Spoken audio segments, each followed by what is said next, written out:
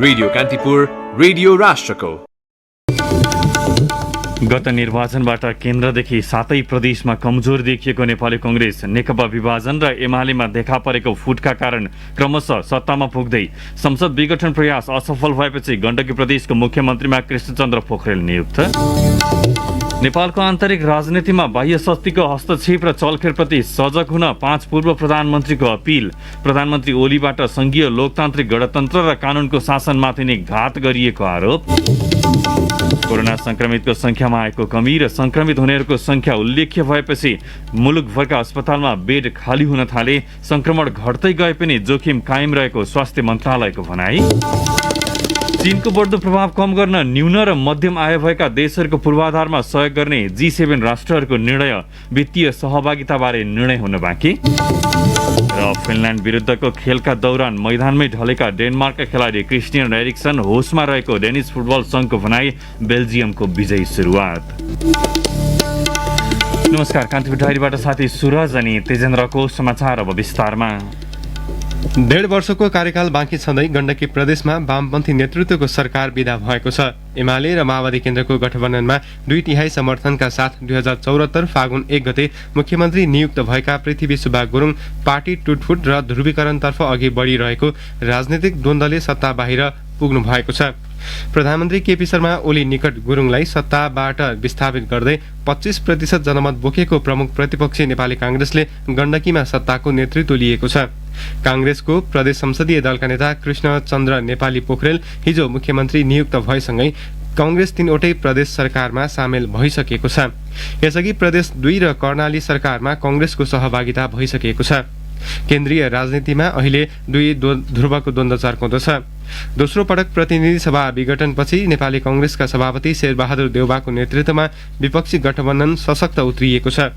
अर्को ध्रुवको नेतृत्वमा प्रधानमन्त्री ओली हुनुहुन्छ।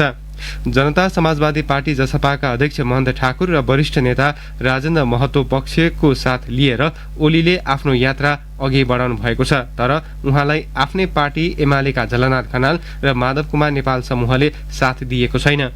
खनाल नेपाल सहित एमालेको एउटा हिस्सा देउवा नेतृत्वको गठबन्धनमा सामेल छ।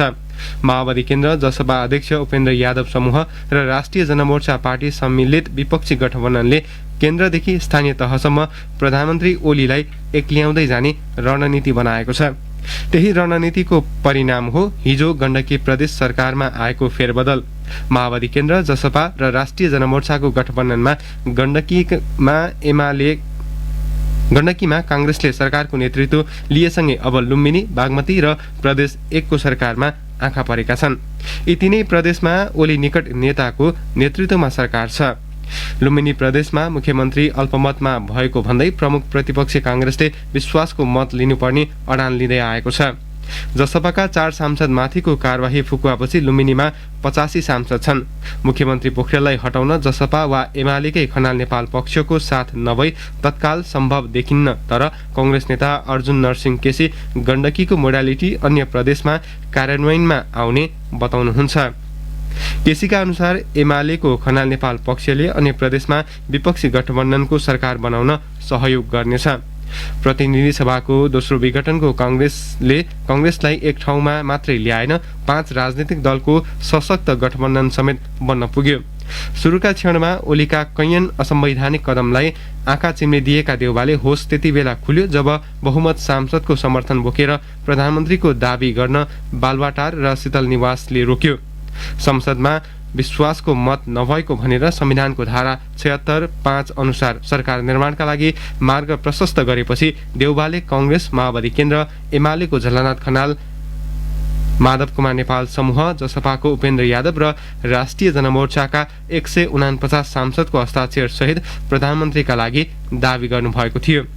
देउवाको दावीलाई रोक्न प्रधानमन्त्री ओलीले समेत एमाले र जसपाको सिङ्गो समर्थनको आधार देखाउँदै दावी प्रस्तुत गर्नुभएको थियो। राष्ट्रपतिले दुवै दावीलाई अस्वीकार गरी प्रधानमन्त्रीको सिफारिसमा प्रतिनिधि सभा विघटन गरेपछि ओली र देउवाको सम्बन्ध अहिले बराबर वारपारमा पुगेको छ। एकपछि अर्को गर्दै संविधान मिच्दै अघि बढ्न थालेपछि ओलीले निर्वाचन गराउन नचाहेको गराए पनि निष्पक्ष निर्वाचन नहुने निष्कर्षमा देउवा पनि पुगेका छन्।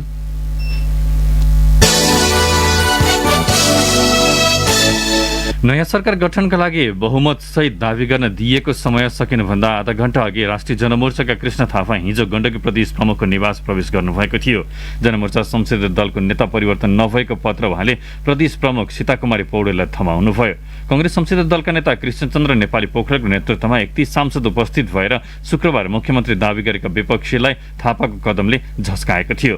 बहुमत दावी गर्ने समय दिउँसो 3 बजेसम्म थियो। थापा प्रदेश प्रमुखलाई भेटेर बाहिरिएपछि तत्कालीन मुख्यमन्त्री पृथ्वी सुब्बा गुरुङले समेत दावी प्रस्तुत गर्नुभयो। गुरुङले 3 आधार प्रस्तुत गर्दै मुख्यमन्त्रीमा दावी गर्नुभएको थियो। पहिलो एमाले संसदीय दलको पत्र, दोस्रो जनमोर्चाका थापाको पत्र र तेस्रो जनता समाजवादी पार्टीका महन्त ठाकुरको पत्र। एमालेका 27, जनमोर्चाका 3 र जनता समाजवादी पार्टी जसपाका 2 गरी 31 सांसद आफ्नो पक्षमा रहेको उहाँको दावी थियो। जनमोर्चाले थापालाई कारवाही गरिसकेकाले शुक्रबारको प्रदेशसभा बैठकले उहाँलाई पदमुक्त गरेको पत्र प्रदेश प्रमुखलाई पठाएको थियो। अघिल्लो पटकको कारवाहीको मुद्दामा भने सर्वोच्च अदालतको अन्तरिम आदेशले उहाँको सांसद पद पुनर्बहाली भएको थियो। महन्त पक्षधर सांसद नै नभएको गण्डकीमा जसपाका केन्द्रीय सदस्य शङ्कर गौतम र प्रदेश संयोजक अनिल परियारले प्रदेश प्रमुख समक्ष आफ्ना सांसदको समर्थन गुरुङलाई रहेको पत्र बुझाएका थिए। स्वयं गौतमले सो पत्र पठाएको पुष्टि गरे, जबकि जसपाका 2 सांसद हरिशरण आचार्य र धनमाया लामाले शुक्रबार विपक्षी गठबन्धनको पत्रमा हस्ताक्षर गरिसक्नु भएको थियो। विगतमा जस्तो फर्जी विज्ञप्ति जारी हुन सक्ने र अन्य षड्यन्त्र हुन सक्ने भन्दै कंग्रेसका 15, माओवादी केन्द्रका 11, जनमोर्चाका 2 र जसपाका 2 सांसद शुक्रबारदेखि नै पोखराका एक रिसोर्टमा बसेका थिए। स्वतन्त्र सांसद राजीव गुरुङ, दीपक मनाङ्गी पनि गठबन्धनलाई साथ दिएर सँगै थिए। मुख्यमन्त्रीमा गुरुङको दावीले विपक्षी गठबन्धन सशंकित बन्यो। काठमाडौँमै जस्तो राजनीतिक दाउपेच गण्डकीमा दोहोरिएको र संसद भङ्ग गर्ने योजना भएको गठबन्धनले ठम्म्याएको थियो। समय सीमा सकिएपछि पनि बोलावट नभएकाले 31 सांसद नै प्रदेश प्रमुखको निवासमा भेला भएका थिए, धर्ना बसे। गठबन्धन निकट कार्यकर्ता केही बेर प्रदर्शनमै उत्रिएर नाराबाजी पनि गरे। झन्डै 2.5 घण्टापछि प्रदेश प्रमुखले नेपालीलाई मुख्यमन्त्रीमा नियुक्त गर्ने तयारी गरेको खबर बाहिरिएको थियो। साँझ 6 बजेतिर प्रदेश प्रमुखले नेपालीलाई संविधानको धारा 168(5) बमोजिम मुख्यमन्त्री नियुक्त गर्नुभयो। पछिल्लो विकसित राजनीतिक घटनाक्रमलाई लिएर 5 पूर्व प्रधानमन्त्रीले नेपालको आन्तरिक राजनीतिमा बाह्य शक्तिको चलखेल नहोस् भन्ने कुरामा सजगता अपनाउनु पर्ने बताएका छन्। पूर्व प्रधानमन्त्री शेरबहादुर देउबा, पुष्पकमल दाहाल, माधव कुमार नेपाल, झलनाथ खनाल र बाबुराम भट्टराईले हिजो संयुक्त विज्ञप्ति जारी गर्दै नेपालको बारेमा नेपालीले निर्णय गर्नुपर्ने बताउनु भएको हो। नेपालमा संवैधानिक व्यवस्था, कानुनी राज्य र लोकतन्त्रका आधारभूत सिद्धान्त एवं मूल्यमाथि भइरहेको उपयुक्त प्रहारको निरङ्कुश हमलाका विरुद्ध ऐक्यबद्धता जनाउन हामी नेपाली जनता, नागरिक समाज र सम्पूर्ण लोकतन्त्रवादी शक्तिहरूसँग समेत हार्दिक अपील गर्दछौँ। विज्ञप्तिमा भनिएको छ, नेपालको बारेमा हामी नेपालीले निर्णय गर्नुपर्छ। नेपालको आन्तरिक राजनीतिमा बाह्य शक्तिको प्रत्यक्ष वा परोक्ष हस्तक्षेप एवं चलखेल हुन नपाओस् भन्ने कुरामा सजगताका साथ सबैको ध्यान आकृष्ट गर्न चाहन्छौँ। प्रधानमन्त्री केपी शर्मा ओलीका गलत क्रियाकलापका कारण देशले अस्थिर र अन्योलग्रस्त राजनीतिक स्थिरताको सामना गरिरहेको ठहर पूर्व प्रधानमन्त्रीहरूको छ। गण्डकी प्रदेशका मुख्यमन्त्री कृष्णचन्द्र नेपाली पोखरेल सहित 5 मन्त्रीले शपथ ग्रहण गर्नुभएको छ। प्रदेश प्रमुख सीता पौडेलले मुख्यमन्त्री नेपाली सहित मन्त्रीहरूलाई एक समारोहका बीच गए राति पद तथा गोपनीयताको शपथ गराउनुभयो। शपथ लिनेमा मुख्यमन्त्री नेपाली, मन्त्रीहरूमा नेपाली कांग्रेसका कुमार खड्का, माओवादी केन्द्रकी मधुमाया अधिकारी गुरुङ, जसपाका हरिशरण आचार्य र स्वतन्त्र सांसद राजीव गुरुङ दीपक मनाङ्गी भनिने राजीव गुरुङ हुनुहुन्छ। मन्त्रीहरूले बिना विभागीय रूपमा शपथ लिनुभएको हो।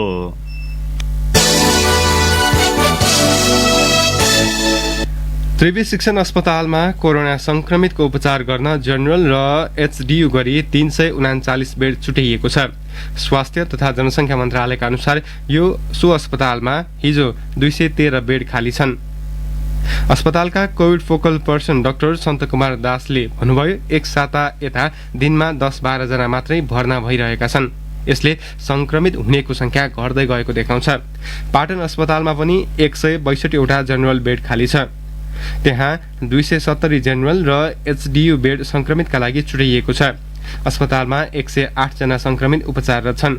टेकु स्थित शुक्रराज ट्रपिकल तथा सरुवा रोग अस्पतालमा 44 बेड खाली छन्। संक्रमण उच्च भएका बेला टेकु र त्रिवी शिक्षण अस्पताल बाहिर राखेर बिरामीको उपचार गर्नु परेको थियो। भक्तपुर अस्पतालका 73 बेड मध्ये 22 बेडमा मात्रै संक्रमितको उपचार भइरहेको छ। मन्त्रालयका अनुसार धुलिखेल स्थित काठमाडौँ उपत्यकाका 21वटा सरकारी र निजी अस्पतालमा कोरोना संक्रमितका लागि 2769 जेनरल र एसडियू शैय्या रहेकोमा शनिबार 2 बजेसम्म 1018 जना मात्रै उपचाररत छन्। 21वटा अस्पतालमा 1751 शैय्या खाली छ। उपत्यकाका निजी र सामुदायिक अस्पतालमा संक्रमितको चाप घटे पनि आइसियु पाउन भने अझै पनि गाह्रो छ। काठमाडौँ उपत्यकामा कोरोना संक्रमितको संख्या दिनमा 2000 भन्दा बढी देखिन थालेपछि वैशाख 16 गतेदेखि लागू गरिएको निषेधाज्ञा अझै जारी छ। संक्रमण उच्च भएको वैशाख अन्तिम साता काठमाडौँ उपत्यकामा दिनमा 4000 भन्दा बढी संक्रमित भेटिएका थिए। त्यो बेला संक्रमितलाई अस्पताल बाहिरै राखेर समेत उपचार गर्नु परेको थियो। काठमाडौँ उपत्यकामा शनिबार सबैभन्दा कम 598 जनामा संक्रमण पुष्टि भएको छ, जुन देशभरि देखिएको कुल संक्रमितको 17% हो। मन्त्रालयले हिजो सार्वजनिक गरेको तथ्याङ्कमा उपत्यकाका 8वटा ल्याबको पीसीआर परीक्षणको विवरण भने समावेश गरिएको छैन। मन्त्रालयका प्रवक्ता डाक्टर कृष्ण पौडेलले भन्नुभयो, शनिबार भएकाले ल्याबले विवरण नपठाएको हुन सक्छ। उपत्यकाको अस्पतालमा भर्ना हुने कम हुनुले पनि संक्रमण दर घटेको प्रष्ट देखिन्छ। संक्रमण जेठ पहिलो साताको तुलनामा अन्तिम सातामा 9%ले घटेको देखिन्छ। स्वाब परीक्षणले दर 23% घटेको छ। शनिबार देशैभरि देखिएका संक्रमित मध्ये 17.67% मात्रै काठमाडौँ, भक्तपुर र ललितपुरका छन्। शनिबार काठमाडौँमा 391, ललितपुरमा 130 र भक्तपुरमा 77 जनामा कोरोना संक्रमण पुष्टि भएको थियो। कान्तिपुर डायरीमा अब ब्रेकको पालो। कान्तिपुर डायरीमा अब कान्तिपुर सविस्तार। कान्तिपुर सविस्तार। पूर्वी भागमा हिजो नेपाल प्रवेश गरेको मनसुन केही दिनमै मुलुकभर फैलिने मौसम पूर्वानुमान महाशाखाले जनाएको छ। जल तथा मौसम विज्ञान विभाग अन्तर्गतको महाशाखाले यो वर्ष औसतभन्दा बढी नै वर्षा हुने उल्लेख गरेको छ। मुलुकको भौगोलिक संरचना अनुसार मनसुन सुरु भएसके पहाडमा बाढी, पहिरो र तराईमा डुबानको समस्या हरेक वर्ष हुने गर्छ। तर मानवीय तथा भौतिक क्षति कम गर्न सरकारको प्रयास पर्याप्त देखिँदैन। मन्त्रालयले तयारी गर्ने सन्दर्भमा मातहतको जिल्ला विपद व्यवस्थापन समिति, जसलाई चाहिँ प्रमुख जिल्ला अधिकारीले नेतृत्व गर्नुहुन्छ, त्यो संयन्त्रलाई 77 जिल्लाको संयन्त्रलाई स्थानीय विपद व्यवस्थापन समिति र जिल्लामा क्रियाशील विपद व्यवस्थापन क्षेत्रमा क्रियाशील अन्य सामुदायिक संस्था समेतसँग सहकार्य गरेर मनसुन प्रतिकार योजना बनाउने, आकस्मिक योजना बनाउने, जिल्लाको विशिष्टताका आधारमा र प्रतिकारको लागि तयार रहने गरी मन्त्रालयले निर्देशन दिइसकेको छ। गृह मन्त्रालय अन्तर्गतको राष्ट्रिय आपतकालीन कार्य सञ्चालन केन्द्रका प्रमुख दिलकुमार तामाङ मनसुनजन्य विपदको प्रतिकार्यका लागि सरकारले गरिरहेको कामको जानकारी दिँदै मनसुनसँगै हरेक वर्ष बाढी, पहिरो र डुबानजन्य जोखिमबाट सयौंले अनाहकमा ज्यान गुमाउँछन्। बेलैमा बाढी, पहिरो र डुबानका बारेमा सर्वसाधारणलाई सुसूचित गर्दै जोखिमयुक्त क्षेत्रको पहिचान गर्न सके धेरै हदसम्म क्षति कम गर्न सकिन्छ। तर यहाँ त जनस्तरसम्म पुग्न भनेर बनेका 3 तहका सरकार बीच नै समन्वय अभावमा बढी क्षति हुने गरेको छ। तर केन्द्रका प्रमुख तामाङ भने मुलुकको सिङ्गो शक्ति नै जोखिम न्यूनीकरणमा लाग्ने बताउँछन्। मन्त्रालय, प्राधिकरण अनि प्रदेश स्तरमा रहेको प्रदेश विपद व्यवस्थापन परिषद, प्रदेश कार्यकारी समिति, त्यसैगरी जिल्लामा रहेको जिल्ला विपद व्यवस्थापन समिति, स्थानीय स्तरमा रहेको स्थानीय विपद व्यवस्थापन समिति भनेको यो होल अफ द गभर्नमेन्ट एप्रोचमा नै हामीले काम गरिरहेको छौँ। साथमा कोभिडको रेस्पोन्स पनि यसरी नै हामी जुटि नै रहेको छौँ। राज्यले प्रवाह गर्ने सेवा, सुविधा र अधिकार तल्लो तहसम्म लैजान मुलुक संघीय संरचनामा गएको हो। सोही अनुसारको व्यवस्था बनिसके पनि पूर्ण रूपमा कार्यान्वयनमा आएको छैन। फलस्वरूप विपदका बेला सक्रिय रहने तल्लो तहले समस्या समाधान गर्न ल्याकत राख्दैन। गृह मन्त्रालय मातहतकै राष्ट्रिय विपद जोखिम न्यूनीकरण तथा व्यवस्थापन प्राधिकरणका कार्यकारी निर्देशक अनिल पोखरेल मनसुनजन्य क्षति न्यूनीकरण गर्न बन्दोबस्तीका सामान सहित स्थानीय तहसम्मै व्यवस्थापन गरिसकेको दावी गर्छन्। कुन जिल्लामा हामीले कुन वडामा हेलिप्याडहरू छन्, त्यसको लोकेसनहरू हामी तयार पार्ने, बन्दोबस्तीका सरसामानहरू, हाम्रो राहत विभागलाई चाहिने सामग्रीहरू हामीले तयार गर्ने, उच्च जोखिमका जिल्लामा भएका र त्यहाँभित्र पनि भएका उच्चतम जोखिममा रहेका गाउँपालिका नगरपालिकाहरूमा वडाहरू छुट्याएर प्रतिकारलाई चाहिने सुरक्षाका अङ्गहरू मोबिलाइज गर्ने यी यावत कामहरू हामीले अहिले गरिसकेका छौँ। अघिल्ला वर्षहरूमा बाढी, पहिरो र डुबानको मात्र समस्या समाधान गर्दा हुन्थ्यो। अहिले भने परिस्थिति फरक छ। विश्वव्यापी महामारीको रूप लिएको कोभिड-19 नियन्त्रणमा पनि सरकारले चासो देखाउनु पर्छ। प्राधिकरणका प्रवक्ता लीलाधर अधिकारी क्षति कम गराउन सरकारले क्लस्टर नै बनाएर काम अघि बढाएको सुनाउँछन्। विपदमा रेस्पोन्सदेखि लिएर विपदका विभिन्न क्रियाकलापहरू गर्नको लागि हामी क्लस्टर बेस्ड एप्रोचमा चाहिँ काम गरिरहेका छौँ र विभिन्न क्लस्टरहरू खोज उद्धार समूहहरू लगायत अब पोषण खानेपानीको काम गर्न लगायत विभिन्न क्लस्टरहरूमा काम गर्नको लागि क्लस्टरहरूलाई सक्रिय गराइसकिएको छ। सरकारले मनसुनजन्य विपदबाट क्षति न्यूनीकरण गर्न राज्यका सबै संयन्त्र सहित स्रोत साधनको प्रयोग गरे पनि विषय विज्ञ भने सरकारी संयन्त्र बीच समन्वयको अभाव देख्छन्। त्रिभुवन विश्वविद्यालयका सह प्राध्यापक एवं विपदका जानकार डाक्टर सुबोध ढकाल अन्तिम समयमा काम गर्ने शैलीले गर्दा जोखिमबाट हुने क्षति घटाउन नसकेको बताउँछन्। 8 महिना चाहिँ हामी खासै धेरै राम्रो काम नगर्ने, त्यसपछि 4 महिनामा जति बेला चाहिँ पानी धेरै पर्छ अनि त्यसपछि बाढी पहिरोको बेला आएपछि अनि काम गर्ने खोजेको जस्तो देखाउने एउटा परिपाटी छ। यसमा चाहिँ एउटा नीतिगत कुरा छ र अर्को भनेको चाहिँ हाम्रो ट्रेडिसन अथवा हाम्रो चाहिँ भनौँ न पहिलेदेखि के गर्दै आइयो भन्ने एउटा पाटो छ भने अर्को चाहिँ 3 तहका हाम्रो सरकारहरू बनेका छन्, यिनीहरूको बीचको समन्वयको पनि कमी छ जस्तो लाग्छ। सरकारले जोखिम कम गर्न आफ्नो ठाउँबाट काम गरिरहेको दावी गरे पनि सम्भावित जोखिमबाट जोगिन नागरिक आफै सक्रिय र चनाखो हुनै पर्छ। तथ्याङ्कले हरेक वर्ष मनसुनजन्य जोखिमबाट हुने क्षतिको आँकडा उकालो लागेको देखाउँछ। जोखिमयुक्त क्षेत्रबाट अस्थायी रूपमै भए पनि सुरक्षित स्थानमा सर्ने, मनसुन अवधिभर नदी किनार र तटीय क्षेत्रमा सकेसम्म नजाने, पहिरोको जोखिमयुक्त क्षेत्रमा नजाने गर्दा पनि जोखिमबाट बच्न सकिन्छ। त्यसैले मनसुनजन्य विपदबाट हुने भौतिक तथा मानवीय क्षति कम गर्न सरकारको मुख ताक्नुभन्दा हामी आफैले आफ्नो क्षेत्रबाट सक्दो पहल गर्नु नै उत्तम हुन्छ, किनभने विपद कहिले पनि ढोल बजाएर आउँदैन। रेडियो कान्तिपुरका लागि बासु खड्का। कान्तिपुर सविस्तार।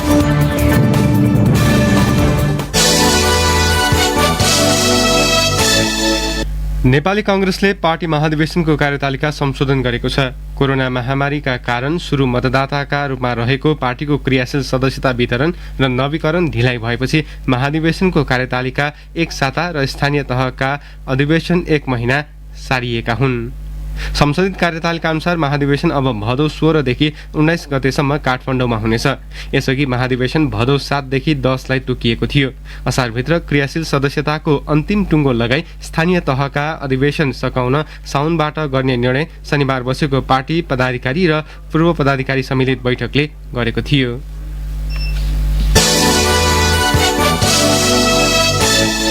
बागमती प्रदेशको आगामी आर्थिक वर्ष 2078-79 को नीति तथा कार्यक्रम पास गर्न सत्तारूढ एमाले एकजुट भएको छ।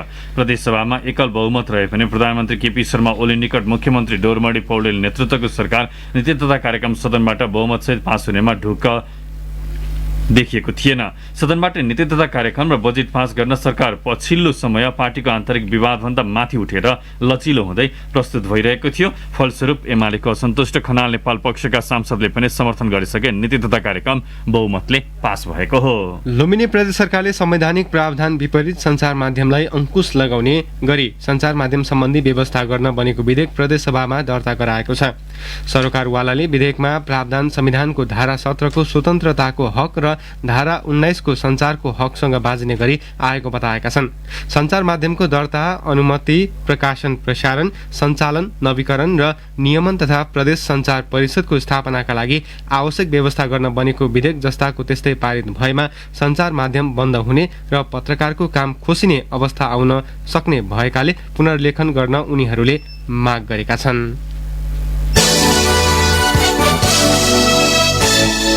कान्तिपुर डायरीमा अब ब्रेकको पालो।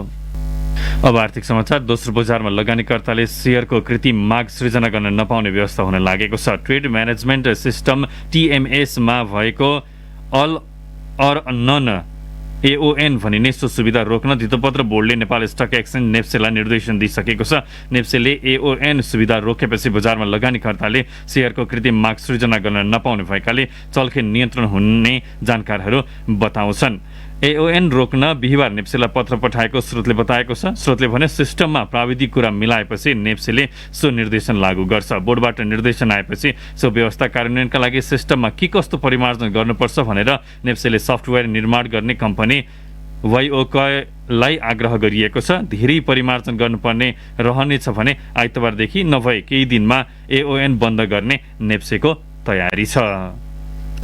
अब अन्तर्राष्ट्रिय समाचार। विश्वका धनी राष्ट्रहरूको संगठन G7ले न्यून र मध्यम आय भएका देशहरूको पूर्वाधारमा सहयोग गर्ने निर्णय गरेका छन्। ती राष्ट्रहरूमा चीनको बढ्दो प्रभाव कम गर्नका लागि G7 राष्ट्रहरू अमेरिका, बेलायत, इटली, जर्मनी, फ्रान्स, कनाडा र जापान सहमत भएका हुन्।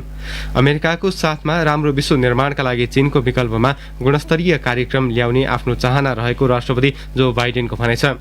बेल्ट एन्ड रोड इनिसिएटिभ मार्फत चीनले एसिया, युरोप र अफ्रिकासम्मै सडक, रेलवे, बन्दरगाह लगायतका भौतिक पूर्वाधारमा सहयोग गर्दै आएको छ। त्यसैलाई काउन्टर दिने रणनीति G7 राष्ट्रका सदस्यहरूले बनाएका हुन्। यद्यपि कर्जा समस्या हुन सक्ने भन्दै सो रणनीतिको आलोचना भएको छ। बेलायतको क्रनवालमा सम्पन्न G7 राष्ट्रहरूको सम्मेलनपछि जारी विज्ञप्तिमा भनिएको छ उच्च तहको संरचना र पारवहन साझेदारीका लागि आह्वान गरिनेछ। यसैगरी जलवायु परिवर्तन विरुद्ध साझा रणनीति र लगानी बढाउने विषयमा पनि G7 राष्ट्रबीच सहमति भएको छ। यद्यपि लगानीका लागि वित्तीय स्रोतका बारेमा भने थप केही खुल्न सकेको छैन। जर्मन चान्सलर एङ्गेला मर्केलले वित्तीय सहभागिताबारे G7 राष्ट्रमा ठोस सहमति भइ नसकेको बताउनुभयो। अब युरोकप फुटबल विशेष। डेनमार्कका मिडफिल्डर क्रिस्टियन एरिक्सन होसमा आएका छन्। उनी मैदानमा अचेत भएर ढलेपछि डेनमार्क र फिनल्यान्ड बीच हिजो भएको युरोपियन च्याम्पियनसिप फुटबलको खेल युरोपेली फुटबलको सर्वोच्च संस्था UEFA ले तत्कालका लागि स्थगित गरेको थियो। मध्यान्तर हुन ठिक अघि कर्नर छेउमा पास लिने क्रममा इन्टर मिलानका क्लब फुटबल खेल्ने उनी अचेत भएर ढलेका थिए। उनीसँगै रहेका दुवै टोलीका खेलाडीले तत्कालै आपतकालीन स्वास्थ्यकर्मी बोलाएका थिए। 10 मिनेटभन्दा बढी मैदानमै उपचार गरिएपछि उनलाई अस्पताल लगिएको थियो। डेनमार्क टोलीका खेलाडीले घेरेर मैदानमा उनको उपचार गराएका थिए। सो क्रममा दर्शक दीर्घामा रहेका समर्थकहरूलाई आफ्नो स्थानमा बस्न भनेर माइकिङ पनि गरिएको थियो। डेनिस फुटबल संघले 29 वर्षीय एरिक्सनको अस्पतालमा होस आएको तर अवस्था स्थिर रहेको जनाएको छ। उनी मैदानमा ढलेपछि रेफ्री एन्थोनी टेलरले दुवै टोलीका प्रशिक्षक व्यवस्थापकसँग सल्लाह गरेर खेल रोक्ने निर्णय गरेका थिए। उनलाई मैदानमै PCR प्रदान गरिएको थियो। UEFA ले मेडिकल इमर्जेन्सीका कारण खेल रोक्नुपर्ने जनाएको थियो। दुवै टोलीको सहमतिपछि मध्यान्तरमा खेल पुनः सुचारू गरिएको थियो। पहिलो हाफको बाँकी रहेको 4 मिनटको खेल खेलाएर 5 मिनटका लागि मध्यान्तर ब्रेक दिइएको थियो। एरिक्सन त्यस्ता खेलाडी हुन् जो प्रत्येक प्रतिद्वन्दीका लागि ठूलो चुनौती हुने गर्छन्। लामो दूरीबाट सटिक प्रहार गर्न माहिर यी खेलाडी विपक्षीको बक्सभित्र पनि उत्तिकै चनाखो रहने गर्छन्। अझ उनको सबैभन्दा ठूलो विशेषता हो पेनाल्टी प्रहारमा प्राप्त महारत। एरिक्सनले सन् 2010 मा 18 वर्षकै उमेरमा डेनमार्कका लागि डेब्युको अवसर पाएका थिए। खेलको 41औं मिनेटमा एरिक्सन मैदानमै ढलेपछि रोकिएको खेल मध्यराती पुनः खेलाइएको थियो। पहिलो हाफको बाँकी 4 मिनटको खेलपछि 5 मिनट मात्र ब्रेक दिएर दोस्रो हाफ खेलाइएको थियो। सो खेलमा फिनल्यान्डले डेनमार्कलाई 1-0 ले पराजित गर्यो। एरिक्सनको स्वास्थ्य अवस्थालाई लिएर चिन्तित बनेका डेनिस खेलाडीले दोस्रो हाफमा लय गुमाएका थिए। 59औं मिनेटमा जोएल फोन्जानोपाले गोल गर्दै तनावपूर्ण खेलमा फिनल्यान्डलाई विजयी सुरुवात दिलाए। 70% खेल आफ्नो नियन्त्रणमा राखेको डेनमार्कका 6वटा सशक्त प्रहार खेर गएको थियो, जबकि फिनल्यान्डले एक मात्र प्रहारले पोस्टको दिशा लिएको थियो। अर्को खेलमा फिफाको शीर्ष वरियतामा रहेको बेल्जियमले रसियालाई 3-0 ले स्तब्ध पारेको छ। रामेलु लुकाकुले 2 र थोमस म्यानुअरले गोल गर्दै बेल्जियमलाई विजय सुरुवात दिलाएका हुन्। समूह बी को पहिलो चरणको खेलमा बेल्जियम र फिनल्यान्डको समान 3 अङ्क भएको छ भने डेनमार्क र रसियाले पराजय भएका छन्। युरो कपमा आज इङ्ल्यान्ड र क्रोएसिया, अस्ट्रिया र नर्थ मेडेसिनिया र नेदरल्यान्ड्स र युक्रेन बीच प्रतिस्पर्धा हुनेछ। किपर मुरले गरेको हेड गोलमा वेल्सले हिजो अजरबैजानको बाकुमा स्विजरल्यान्डसँगको खेल 1-1 बराबरीमा टुङ्ग्याएको छ। सोही समूह ए मा अघिल्लो दिन इटालीले टर्कीमाथि रोममा 3-0 को जित पाएको थियो। ब्रिल इम्बोलोले 49औं मिनेटमा स्विस टोलीलाई अग्रता दिलाएका थिए।